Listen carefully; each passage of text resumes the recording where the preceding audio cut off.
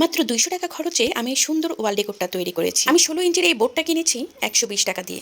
আপনারা চাইলে এর চেয়ে পাতলাটাও কিনতে পারেন, কিন্তু আমি নিজের হাতে করা জিনিস এই জন্য একটু মোটাটাই নিলাম। আর আমি গ্লাসটা কিনেছি মাত্র ৬০ টাকা দিয়ে। বোর্ডটা যদি আমি আরও পাতলা কিনতাম তাহলে খরচটা আরও কমে আসতো। যেহেতু আমি মোটা বোর্ড নিয়েছি সেহেতু খরচটা একটু বেশি হয়েছে।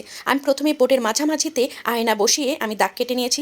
তারপর ফ্রি হ্যান্ডে আমি আমার ইচ্ছা মতো একটা ড্রয়িং করে নিয়েছি। আপনারাও আপনাদের পছন্দ মতো ড্রয়িং করবেন।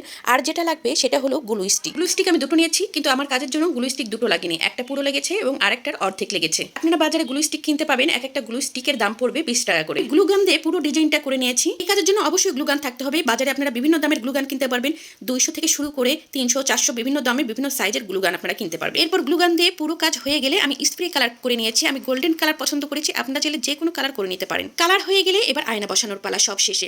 এবার আমি মাঝখানে ফেভিকল আঠা লাগিয়ে নিয়েছি, এরপরে মাঝখানে আমি আয়নাটা বসিয়ে নেব। দেখুন তো কাজটা কেমন হয়েছে। মেয়েরাও সবসময় ঘর সাজিয়ে রাখতে পছন্দ করি। ঘর সাজানোটা যদি হয় নিজের হাতে করা জিনিস দিয়ে, তাহলে তো সেই আনন্দটা আরো দ্বিগুণ পরিমাণে বেড়ে যায়। আমার কাজটা কেমন হয়েছে অবশ্যই জানাবেন। ভিডিওটা ভালো লাগলে অবশ্যই লাইক, কমেন্ট, শেয়ার করে পাশে থাকবেন।